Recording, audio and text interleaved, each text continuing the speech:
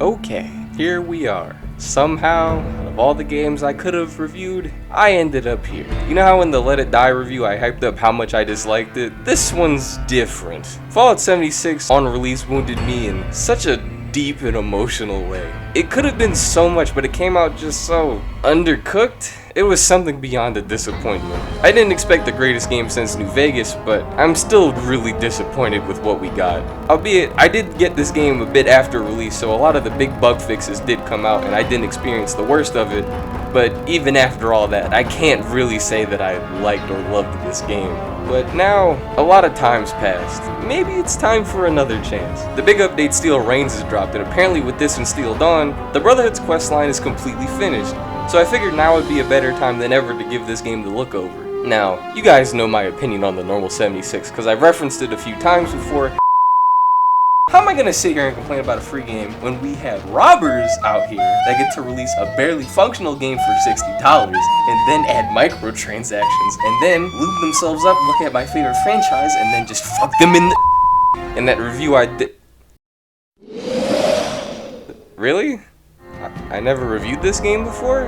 I thought, okay, quick review time, I guess. I think base 76 gameplay is just worse Fallout 4 gameplay. Fallout 76 is constantly online, which means you can't pause, for any reason, obviously. This led to VATS becoming worse and combat becoming strange because you can't just switch weapons mid-fight or quickly stop to heal yourself. So for example, if you're in a fight with an enemy and you have a sniper and they get close to you, you better have that favorite bar on standby and loaded up because you can't stop to reselect things anymore. Before this game, I never really noticed how big stopping, reselecting buffs or items, and then going back into the fight really was. I do understand why it has to be this way because it is an online MMO kind of game, but to play it, it simply just doesn't feel too great. Enemies' health can be annoying. Sometimes it feels normal and other times it feels irritating. This game is sold as both an MMO kind of game and a solo game, so I do understand why raid bosses are really tanky. But some enemies in this game just have an ungodly amount of health, which usually takes me out of the experience. For example, something like a sheep squad. This is an enemy that you can run into casually while walking around solo, and it takes entirely too long to drop them if you're alone. The new enemies themselves are great, for the most part. Scorched are watered down, less interesting markmen, and Scorch Beasts, I don't really think they fit into Fallout, and after their first few encounters, I never really enjoyed fighting them. Everything else is pretty cool though. Mole Miners, Wendigos, and all that stuff, they're nice additions to the Fallout enemy roster. World design's amazing. Pop-in at times isn't great, but the better lighting did wonders for this world. When all the visuals hit just right, they look really good. The map's also huge. It'll take you a long time to really run out of places to see. On the other hand, many of them don't really hold any real importance, so there's no incentive to really go back to many of the places in this game, unless a quest forces you to do so. Pre-Wastelanders quests weren't that good. The main quest with the Scorched Beast wasn't handled that well. Rose's Raider quest, from what I remember, was somewhat interesting, but with all the key players being, well, dead people, that kinda took a lot of the punch out of it. After that, though, Wastelanders was okay. I did the Raider side of the quest, and I do vaguely remember it. I didn't think it was anything bad, but it wasn't anything interesting enough to stand out further than, this is good for 76 standards. I think it's trash you can't use a lot of the good items until level 50. New legendary system's good, camps are okay. Atomic Shop is horrible and so is Fallout First. Mutations are really cool. The human NPCs help this game, but I don't think it fixes a lot of its inherent problems. Bethesda bugs still happen a lot, and I feel like it's still a lot more than Fallout 4's. Overall, I wish the few good aspects of this game were simply in Fallout 4 so I can get better enjoyment out of it. Now, let's actually talk about Steel Dawn and Reign. Let's see if it can make me love this game. I'm going to be assuming you've played or somewhat know what's about to happen, so expect spoilers. Off the bat, when you start off the game, you get an invite to the quest. Sort of like when you added DLCs to Fallout 4, the quest just kind of appears in your Pip-Boy. This leads you to the Brotherhood HQ, Fort Atlas, where you then meet Knight Shin, the only knight in this entire Brotherhood chapter, mind you, who seems a bit disrespectful and doesn't really want to let you in. But he says if you interview a few people for him, he'll send the word to the Paladin and you'll become an initiate. So, off the bat, we already have a problem. Why the hell is he making me do it? He literally just met me like 5 seconds ago and then he went like, okay, now it's time for you to interview people for me. I don't really feel like doing it, so I'll just take your word for if they're good people or not. Don't get ahead of yourself. You ain't one of us. This seems especially weird since even from the introduction of this character, he seems extremely by the books. So it's kind of odd that he just takes your word that these people are good people and doesn't expect you to lie to him. So anyways, after that, he says he'll send a recommendation for you. Then you hope Scribe Valdez tests some stuff in the basement and... After that, she recommends you to the Paladin and you go to meet Paladin Ramirez yourself and officially become an initiate. For your first mission, you have to go help some settlers get rid of some ghouls. Another settlement needs our help. I'll mark it on your map. This was a real throwaway quest, so I'm not really going to talk too much about it. The next quest, you find out raiders somehow have our weapons and we have to go get them back. First, you find a small group of raiders and you ask them where your weapons are. They say they want to compromise and they want some Brotherhood data and they'll tell you where the weapons are. You either give them the data or you go no and give them some fake data. Either or, they tell you they don't actually have your weapons, a random group of settlers somewhere else has them. So you go over to where all those settlers are, and it turns out somehow they lost the weapons too, and they tell you to go to some raider place. Either you kill the leader, or you punk her out of fighting you, take the weapons, and you head home. So here's a little problem I had. Now, I'm assuming this is part of the Steel Dawn side of the quest, but when the Brotherhood's introduced into a story, I don't expect to be fighting raiders. I understand this chapter is meant to be something even less than the New Vegas chapter, but raiders? When I think of Brotherhood enemies, I thought more of mutants and Enclave, which we will get into in time, but there are way too many hours of this add-on that are spent simply fucking around with raiders and looking for this supply shipment thing. I know the whole point of this missing weapons plot is to build up that the Paladin made a mistake before you joined, but it just goes on for entirely too long, and it's mostly annoying because of this, oh whoops, they don't got it, oh better look for it somewhere else, goose chase that they put you on for like the entire first 3 hours of this quest line. I can't say I was really a big fan of this first act. Either or, we end up on the second act where you find out even more weapons are missing.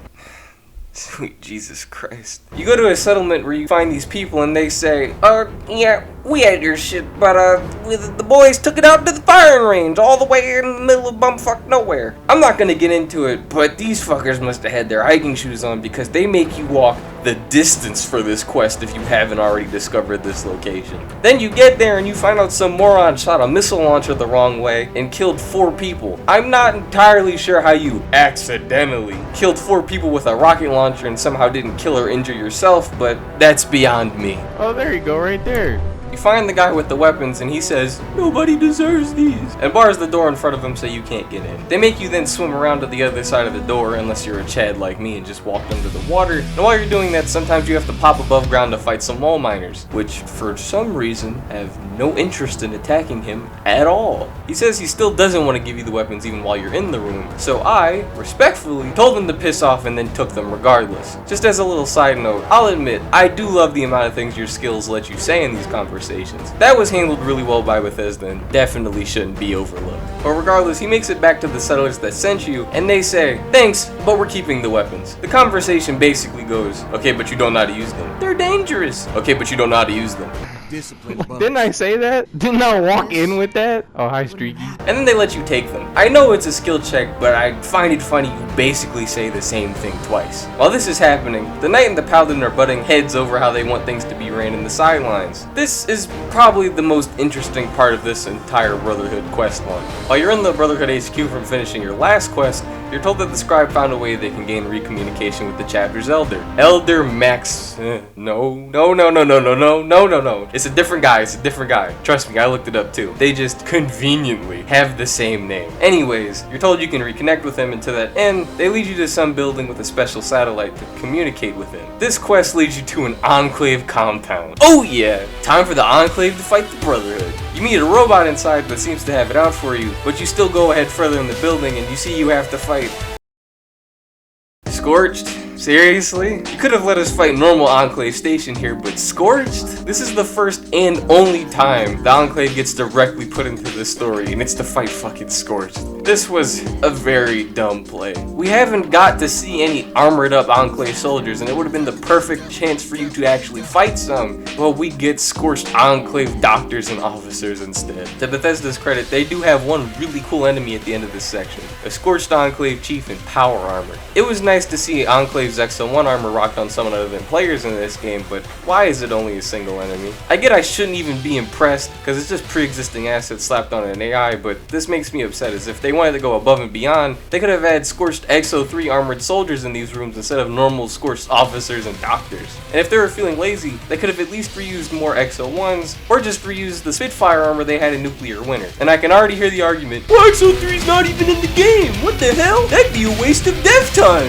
XO3 armor is literally in the Creation Club for Fallout 4. If they lifted backpacks from that game, I don't see why this would be so different. This add-on came out late, so most people would be near endgame anyways. I don't see the problem with having a little small Scorched soldier power armor army in the back. I don't know how to word it, but that one armored Scorched showed this area had a lot of potential, and they even clearly noticed it, but they just didn't act on it. It just makes me somewhat disappointed. Anyway, you fight your way down to the satellite, and before you activate it, you have to fight a sentry bot. Afterwards, Ramirez says she needs a moment to figure out the machine to contact the other. Shin pulls you to the side. Shin, you good? You good, bro? You want me to open that door for you? Now you got it. Okay, one more step. And tells you Ramira can't be trusted. And then Ramira tells you she wants to actually destroy the satellite, as she thinks the Elder's rule is too stiff and it won't lead to any growth of the Brotherhood. The small arguments they've been having this whole time have finally boiled to a head, and I do think this is the most interesting part of the entire quest. You're left with the choice to support either of them. A choice which I'm definitely going to talk about in the wrap-up, by the way. But I was a bitch, so I chose neither of them, and Ramirez destroyed the machine so we can't contact the Elders. Whatever happens, happens. I didn't say nothing.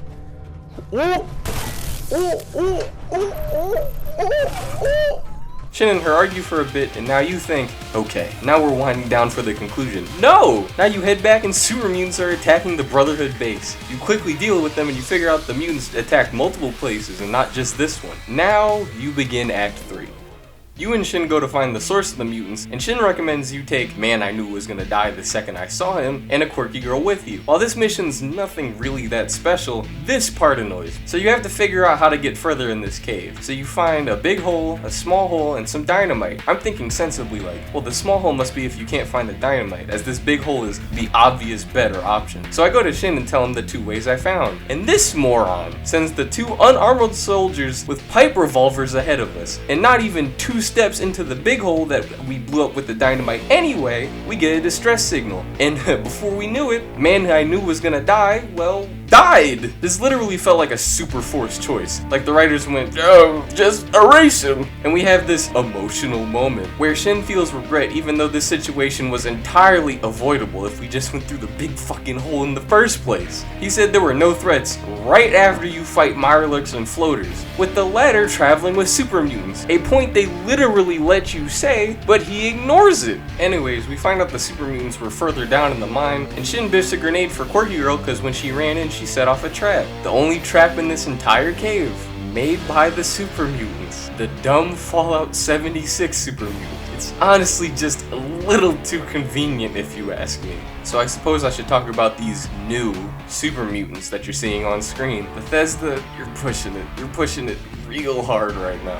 These new mutants are just recolored naked normal mutants with their movement speed sped up. I want to note how they didn't care so much, they didn't even change the animation to fit the speed they're moving. They just look weird and jittery because literally they're moving at double the speed they're actually supposed to. I'm not sure how they actually thought this was okay. It really looks like a throwaway Fallout 4 mod enemy and not something that'd be in an official game. So anyways, after that, and she's done fixing Shin's Shin, we find a Pip-Boy and I randomly ran into a surprise sheep squatch. What? When I made it back to HQ, I was expecting more of Ramirez and Shin arguing, but instead, I'm suddenly sent to look for some boy's sister as she's gone missing. This felt like padding. You can speak to her before the quest even though there's no reason to, and she does allude to wanting to leave, but I feel like this could have been a side quest or something. It didn't need to be tied to this. she won't go back until you help her raider friends. So after my game finally connected to the server, you go to the AMS building where you find a new group of mercenaries called the Hellcats, which story-wise might as well just be reskin raiders, and they've taken her friends. You shoot them up, run into a generic merc wearing a really cool and unique set of power armor, which trust me, we're gonna get to later. You biff him, save the girl's friends, tell her to either stay with the raiders or join back with the Brotherhood, and then we're back on our proper quest. You see people have gone missing in relation to the super mutants, so you and Romani go to the Blue Ridge Caravan, which leads you to a quest I was almost bugged out of because a wall that's meant to be open closed when I rejoined the server a few hours later. We figure out we need a code to get deeper, crack the code, fight a ghoul that rocked me so hard I mutated, and then an imposter sheep squatch shows up. To my knowledge, I'm not leaving out any details, so I don't know why this thing is down here. I think they needed a boss and couldn't think of one because this is literally the most random encounter they could have put here. So after being reminded why I don't like bullet sponges and spending entirely too much ammo trying to kill this thing while Ramirez did literally nothing, we head back to HQ to find out the pit boy we found with Shin leads to some vault, along with some NPC we met for an entire 2 seconds earlier saying his niece was taken there. This leads you to Vault 96 where you find a dying mercenary. She tells you some doctor guy who you've also met for an entire 2 seconds at the start ordered her group to start taking people, and then she dies and you find more raiders. I wish I didn't have to cut this up so I could show you how much of this story is literally just shooting raiders. You then run into a raider you met at the start and...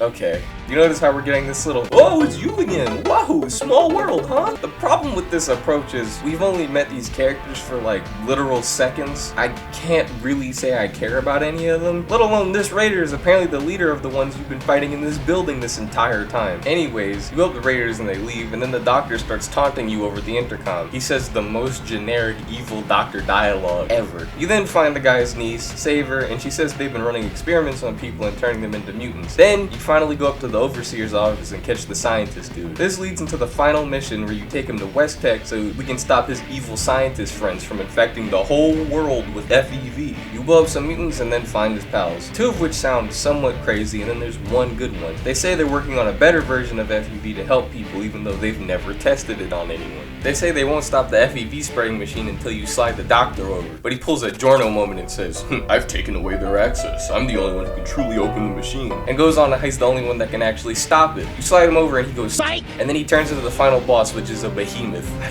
literally cannot explain how irritated I am that they made the final boss of this entire add-on a reskinned bullet sponge behemoth. When he first appeared I said, oh, he looks different enough, maybe he's an original enemy. No, he's just a tanky behemoth with a nice recolor and one new move that simply just doesn't fit the animation at all. Again, like the new Super Mutants, this just looks like a Fallout 4 mod, and not even really a good mod at that. Also, may I say that this thing is on the front of the fucking box of the DLC, and he shows up in the last 10 to 5 minutes. Either way you beat him, and whatever choice you end up making with the scientists at the end decides the outcome between Shin and Ramirez. This made me unsure if literally any of the other choices in the DLC mattered. Fun fact, I've replayed it, they don't. They both state it's either you spare the remaining scientists or kill them. With whoever's outcome you don't choose, they end up leaving the Brotherhood. I personally wanted to kill the other 2 scientists as they seemed like actual psychopaths. If I was kidnapped for our experiments, I wouldn't mind. Most kidnappers do much worse. And spare the one nice lady who was obviously written to be the good guy out of these 3, but that wasn't an option. I literally don't know how, if not the dude, at least the nice lady doesn't see that this other woman is like an actual crazy person. It's pretty rude to make sudden, unwarranted diagnoses of people you just met. Ramirez also sounds kind of crazy by saying that these people were misguided even though they killed droves of people before you even got here. Is she like 5? Either kill all of them or not harm any of them. I reluctantly sided with Ramirez and Shin practically goes like, fine, I never liked you guys anyway, then runs out of the room. Also fun fact, don't try to run up and talk to him because they never coded anything special for him to say in this section when he's leaving. I'm assuming they forgot or just didn't think about it. After this, you head home to Fort Atlas, with whoever you help becoming the definite leader of the Brotherhood, and you get the title Knight Errant. Yes, this entire fucking time, even though you've literally been doing everything, you've been an initiate. I don't know why they didn't sprinkle little rank ups here and there, but it does look real weird to see all these little scruffy dudes in uniforms and then just big old power armor me and then go like, yeah, they're the same class. Regardless, you accept the rank and the quest ends with you getting the Raider power armor that you saw the one merc wear for like 5 seconds. Now that all that's over, let's just unpack a little bit, shall we? There's a few things I wanted to stop and talk about for the ending, but first, main villain, not that good. This deep voice scientist dude literally just kind of appears in the second half and is the main villain. I know I kind of said it earlier, but he almost had like no build-up or anything, so when you find him, it's like, yo, who's this again? And he's literally on the box art. This man gets like a total of 30 minutes, and his on-screen presence is even less than that. I somewhat wish it was like, oh, the Brotherhood's just being racist immunes, and you just kept fighting them until you bit off a bit more than you can chew. Because this guy was really the most generic, I did it for science villain, with nothing special or remarkable about him. Second, the Raider armor. I don't understand why we don't get it from just picking it off the guy who was wearing it. His armor is apparently the second best in the game, but if we had to balance it out, you still find it near the end of the quest. Let alone, why of all people did the BOS give it to you and they don't give you some, I don't know, BOS power armor? Like seriously, you don't get a single piece of BOS armor, and I find that kind of dumb because, you know, that's the quest line. I guess they used up all their creativity on this Hellcat power armor and they didn't feel like making some original BOS armor for us. Third, this story feels a bit too lengthy for its own good. I know that sounds weird, but the amount of forgettable and boring side quests of just walk here just to walk back was just irritating. Like, I know this is Fallout 76 and all, and I should just be impressed we have this story, but this felt like a really long, average Fallout 4 side quest that was stretched out 5 hours longer than it actually needed to be. Fourth, the amount of pointless choices in this add-on is almost hilarious. Almost none of the choices you make actually matter. The results are always pretty much the same. When I replayed the entire story with my friend, it became extremely obvious. Many of the skill checks just change one line or sentence of dialogue and then they just go to this normal preset path. And if you think it's only small choices they did this with because Bethesda knew they wouldn't matter that much and people wouldn't notice it, think again. One of the most illusion of choice moments in this add-on is when Romani destroys the radio. This choice feels like it should result in two very different paths, but the truth is, the game was rigged from the start.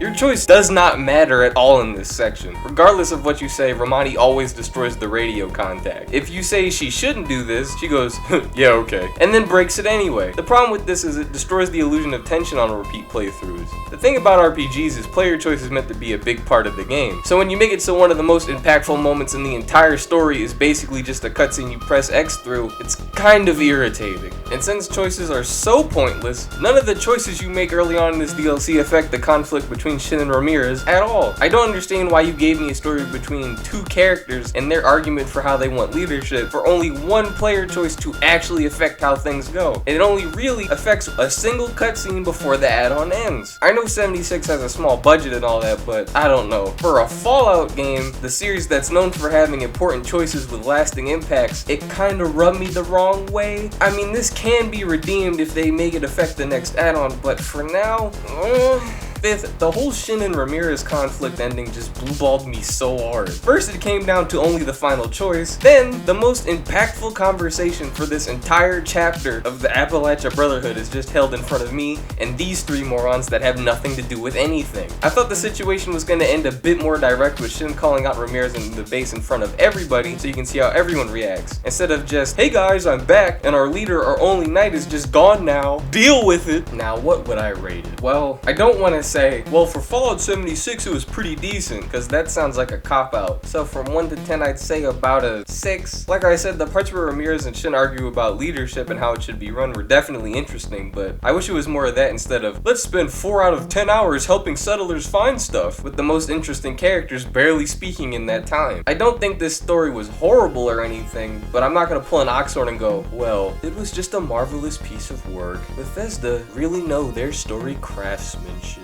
It was average at best, but the internal conflict is really what bumps it up to that 6. Act 1 was a boring goose chase, Act 2 was interesting, Act 3 was alright, but not as good as Act 2. I doubt I'm gonna remember much of this story in a month or two from now, but moving forwards, I do hope they bring these characters back in the future, possibly leading to the Brotherhood outcast forming in Appalachia, or something that would make that final choice really matter. Though, this is a step in the right direction. As story-wise, from what I can remember, this is over Wastelanders. So if they keep going like this, I'm sure the next story add-on they make has the potential to be a 7. But honestly and realistically, I don't know if 76 has the potential to create 8 or 9s in storytelling. They did a good job, but there were a few things that I just thought were handled strange. If you have 76, haven't played it yet, and you got a few pals, it's free, so you're not losing anything by giving it a try. I think with your buddies to distract you from the more boring parts of this add-on, you can have a good time. But in single player, it's average. with all that out of the way, I'd love to hear what you guys have to say. I'm always here to talk to you in the comments, and